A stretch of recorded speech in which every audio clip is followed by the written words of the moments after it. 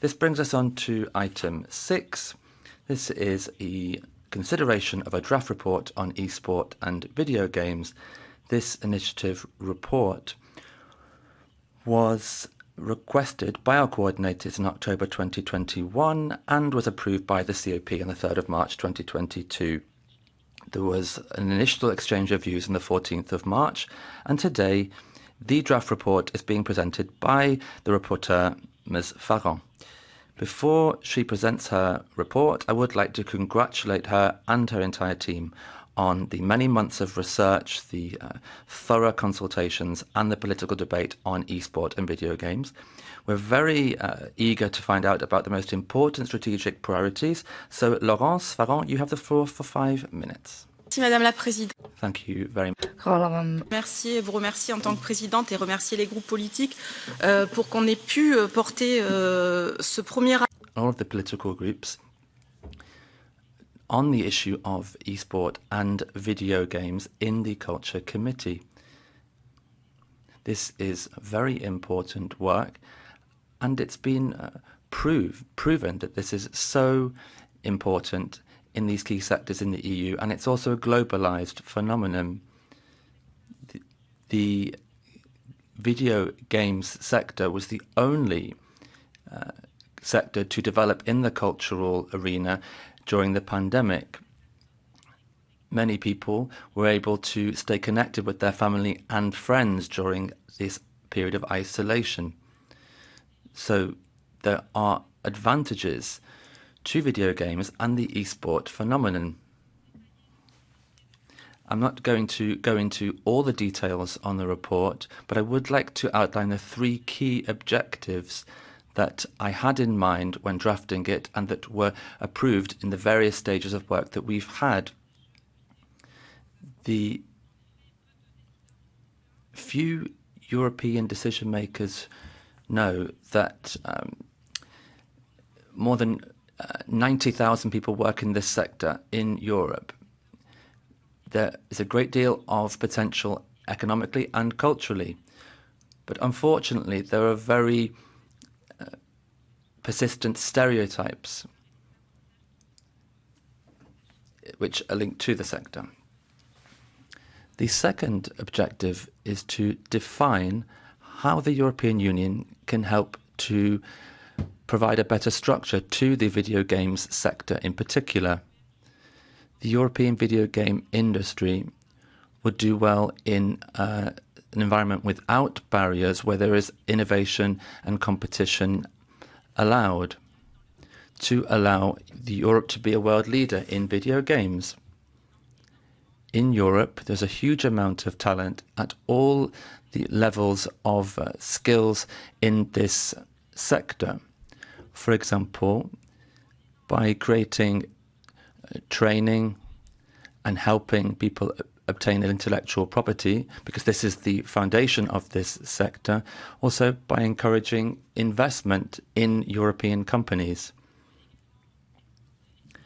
We also looked into the discoverability of European content which could be promoted on certain distribution platforms. The European video game sector could benefit from targeted measures from the EU, and this would not disrupt value chains. For example, maintaining the strength and diversity of the European sector, their aspirations, the quality in graphics,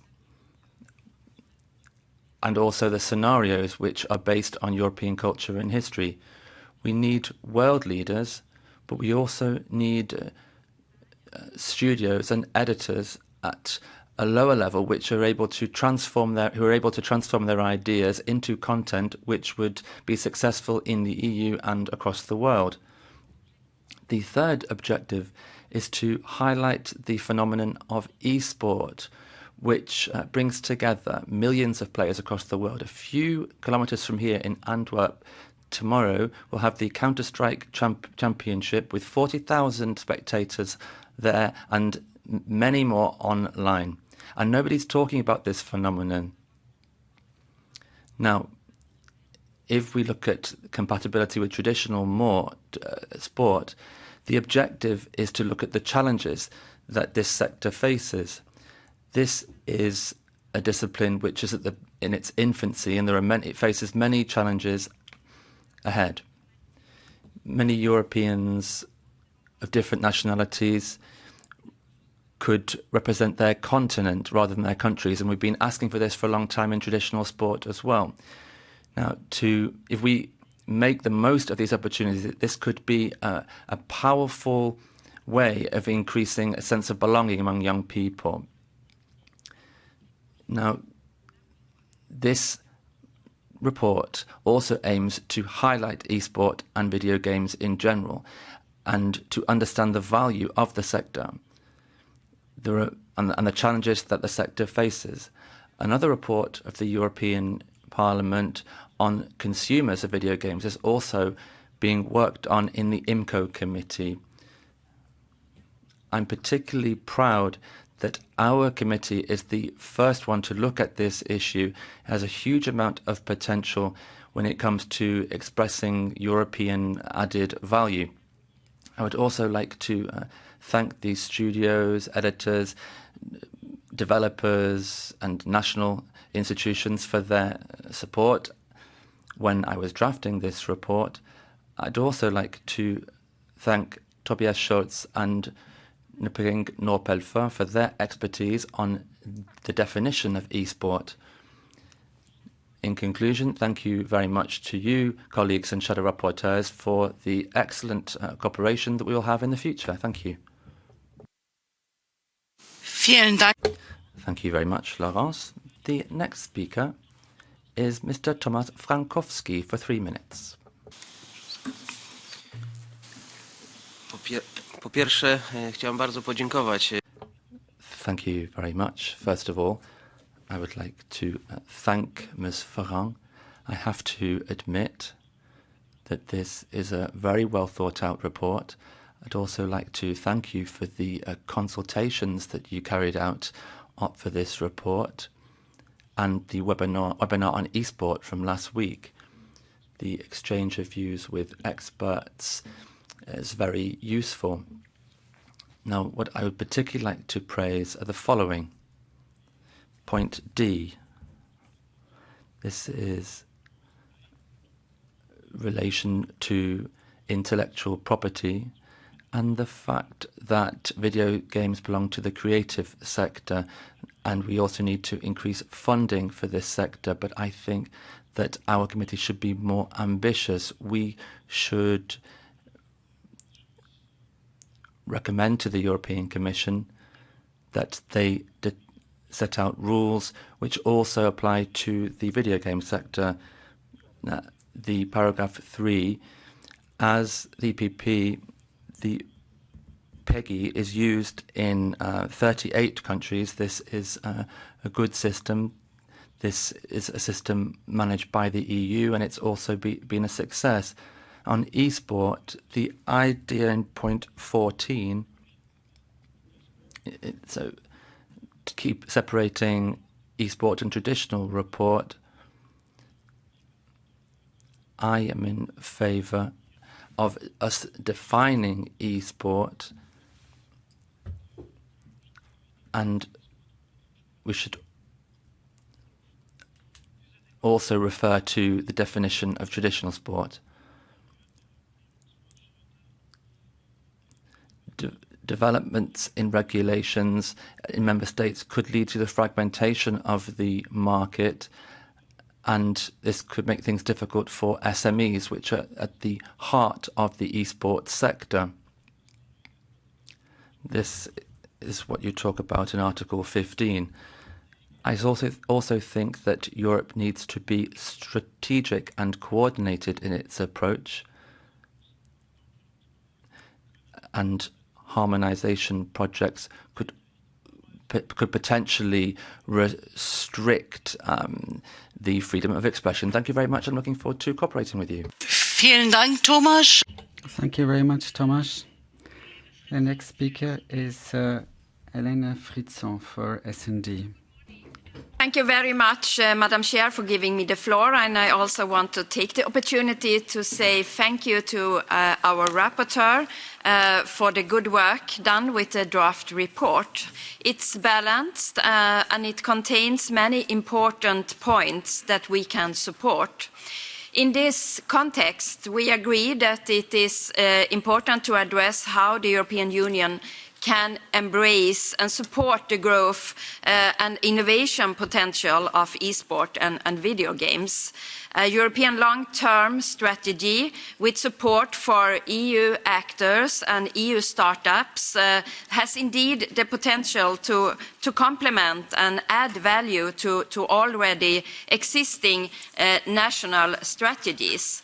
Moreover, we also strongly support the call for more harmonized data and assessments at the European Union level. It's crucial to have solid and reliable data about the industry. I'm not sure, however, that the creation of a European video game observatory is the right way to achieve this. In my view, maybe we also need to address and review the relevant NACE codes in order to have comparable data in the European Union.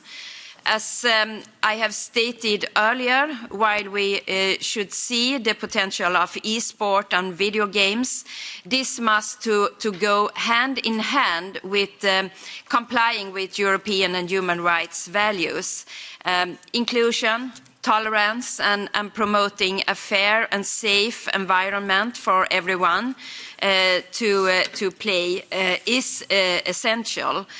We will for sure table amendments that will strengthen these aspects in the draft report, including on gender equality. It is our understanding that while gender balance seems fairly achieved in terms of video games players, much more needs to be done in the video game and esport sector. Another important point concerns the education and skills area. We very much welcome that this is addressed in the draft report. We do believe, however, that these aspects could be further highlighted and strengthened.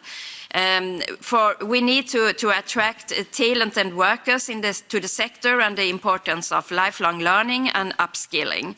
Finally, we all know that addressing the climate change and the ongoing transition is one of the most critical challenges of our time, and the video games and esport industry also have an important role to play in overcoming this challenge. So with this said, I very much look forward to cooperate and to our upcoming work. Thank you so much for the word.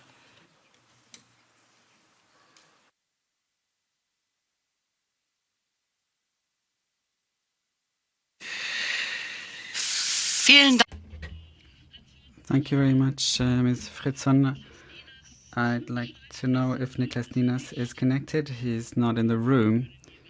Or is someone else going to speak on behalf of the Greens? I also don't see anyone. So for ID, Mr. Dare, I don't see him connected. Would someone else like to take the floor? I also don't see anyone asking for the floor. For ECR, Mr. Poreba is here. Sorry, is someone here as a substitute for ECR? I don't see any request. Alexis Georgoulis, the left.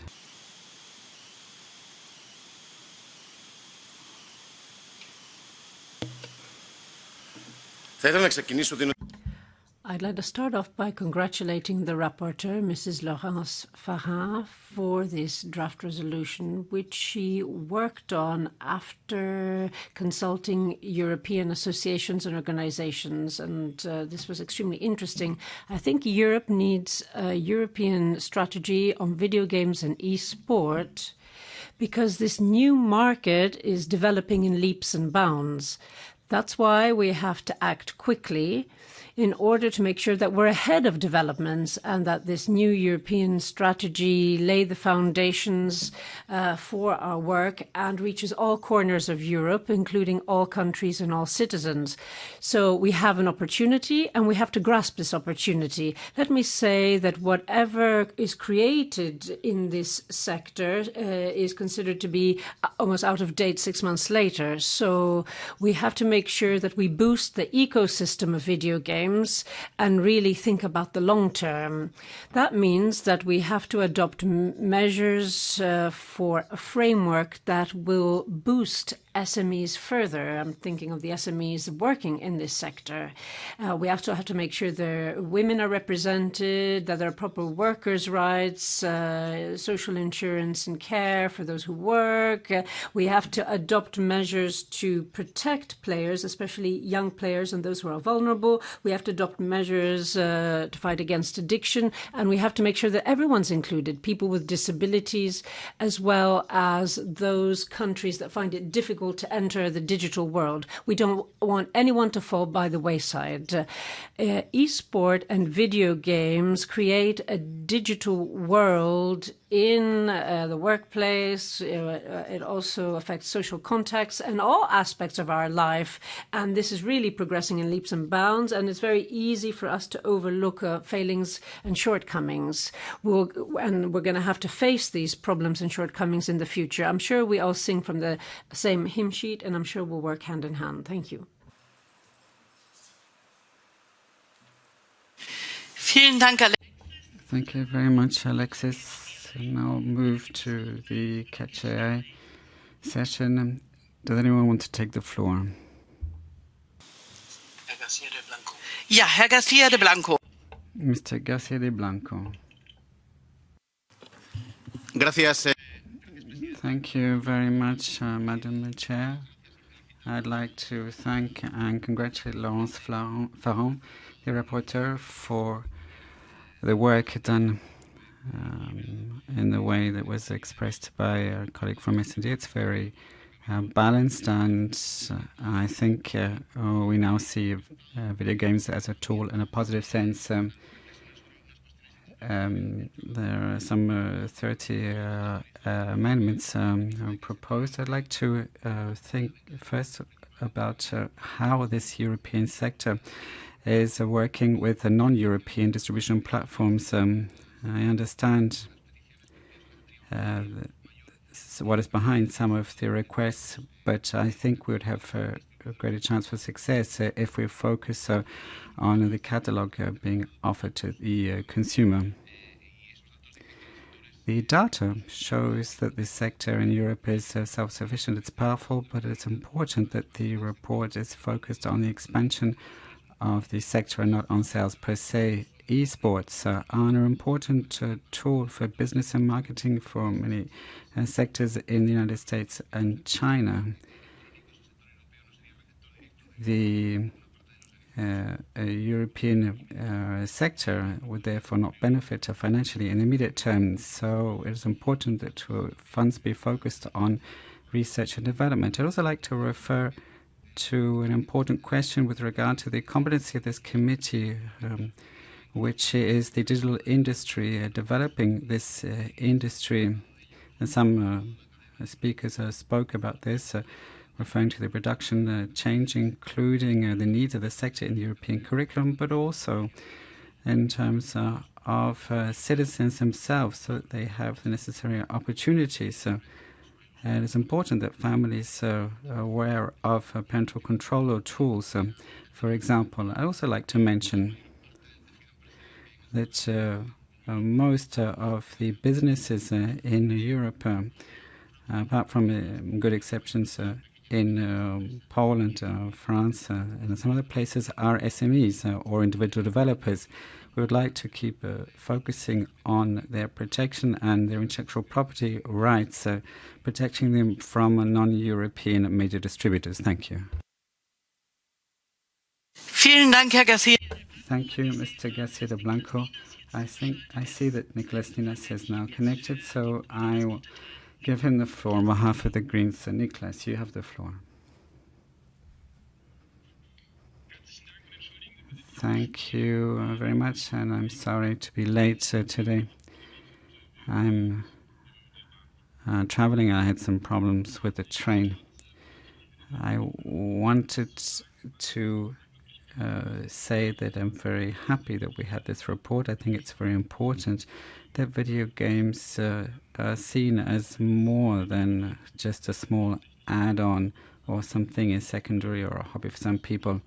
It's a major economic factor.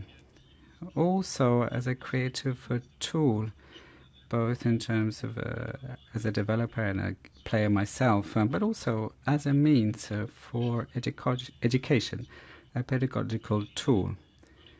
And in this sense, well, I would like to thank Laurence for this report. I think it's really heading in the right direction. What I'm missing here is the protection of players and prevention of addiction. I'm not just talking about video game addiction. We don't have a lot of research in that area, but games.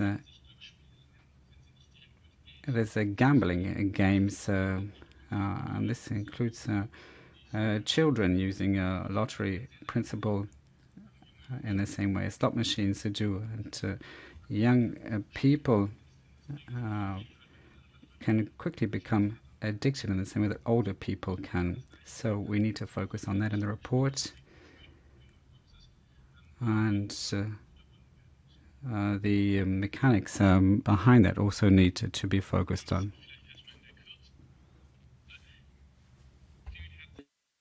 Unfortunately, the sound quality is insufficient for interpretation purposes. Wir hatten ja schon viel geredet, NFTs auseinandersetzen. Vielen Dank, Niklas Nina. Thank you, Niklas Ninas. I would like to know if there are any further requests for the floor on this subject.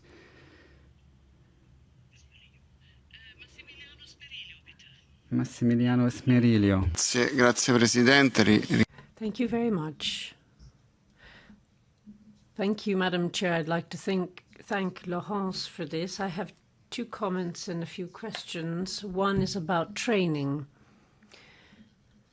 In my opinion, training shouldn't just cover technical aspects, but also content, because often the backdrop of the video game or the background is a historical context, and so it's very important to think about that. Now, the safety and integrity of individuals, how long one should play video games for, and how does one set standards for protection, especially when it comes to protecting younger players, young players. So I'd like to say that interpreters do a great job,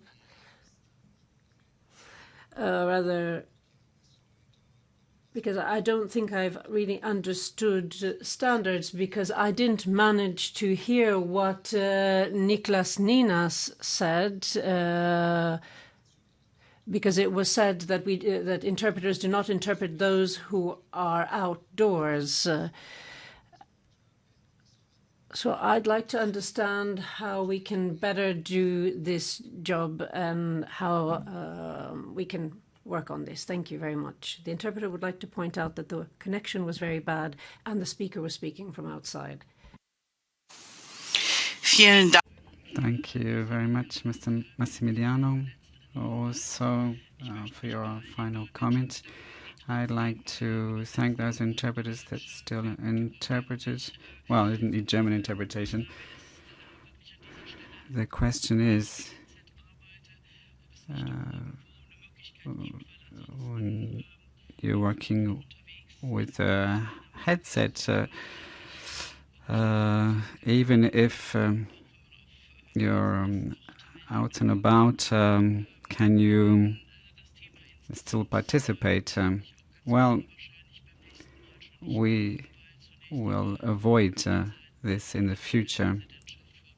The chair has planned that in June we'll only be meeting on the spot unless there's some kind of change, in which case we should resolve the interpretation issue. I'm not sure we'll have to have remote participation and deal with this interpretation issue. Well, I'm sorry. I don't know if we could, if we can really ask Nicholas to start from the top, but I think there are opportunities for bilateral exchanges if there are any questions for Nicholas. But it is a problem if individual contributions cannot be interpreted. But I would like to refer to the rules. You have to have a headset. Well, he had one. But the background noise make it difficult to interpret.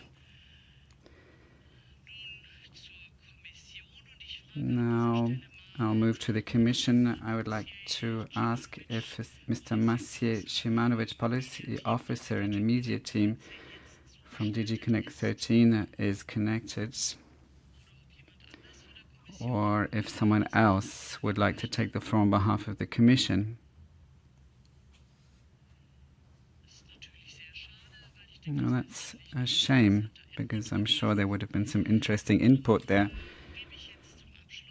So I'll give the floor to Laurence Farhan as the rapporteur once again. Laurence, thank you very much, Madam Chairperson. Thank you to all the colleagues that spoke. I regret very much that the European Commission is not here to react on this. I hope that they will do so subsequently. I think that through your contributions, colleagues, you highlighted the scale of the work which awaits us. This report does not aim to cover all aspects because this is something completely new. This sector is based on the digital economy, and it raises various subjects, issues, the structure of the value chain, and to ensure that all stakeholders can be remunerated correctly, and that this value chain protect European sovereignty, because this sector is subject to forces from the United States and China. We've seen huge acquisitions, Activision by Visa, some $16 million. China is trying to take a stake in European companies because of their value. So we need to defend quality across the value chain and the pace of work of this industry, which is not very well known currently. Mr. Georgelis referred to this, saying that between development and putting a game online, it takes 6 to 12 months to achieve success, and you need special systems or provisions in place. So there's this economic issue, there's a social issue that you also highlighted. It's a sector which still needs to be regulated. It concerns the cultural industries. And there's the issue of player contracts in esports. These careers are often even shorter than in physical sports, but they need to be encouraged. There's the issue of parity, gender equality. This sector remains dominated by men, and there's a major challenge to involving women, young women, in this sector. Women tend to be oriented more towards the scientific sector. So there's that aspect. There's the issue of culture and education and European values, which is key because, well, as Ms. Mirialio said, there are real European scenarios based on our history, and writing is important in this sector. There are companies which actually hire historians for that purpose. So it's a very interesting and key subject, education, is key because there are different perspectives that need to be incorporated in an intelligent manner, linking these games with education, with support and training of teachers. And finally, you all said there is a societal dimension. You can't live in front of your screen. You need to have a sensible approach, and games and esports need to be upheld by values. And I think we should demonize the sector. Those values are already there, but it does need to be regulated. What we can see is that in real life, people gather around video games. What happens in the digital sector can also be seen in real life, and there's a relationship dimension in terms of exchanges among players, which is very interesting. You talked about inclusion, the ecological transition. Once again, we're not aiming to settle all the problems or flag all of the challenges arising from this, but focus on the opportunities economically, but also in the socio-cultural sector, because in the audiovisual sector, protecting production and discoverability, protection of catalogues, protection of cultural assets. Those are key points. Thank you very much, and I'm looking forward to working with you in the future. It's going to be very exciting. Vielen Dank, Laurence. Thank you very much, Laurence, for that work. I would like to say that the deadline for submitting amendments is the 30th of May at 5 p.m. and I'm very happy if colleagues participated actively in this draft. I think it's a very exciting and future-oriented subject. Thank you very much for the work done, to the rapporteur and for the cooperation so far. Well, let's move on to our next agenda item.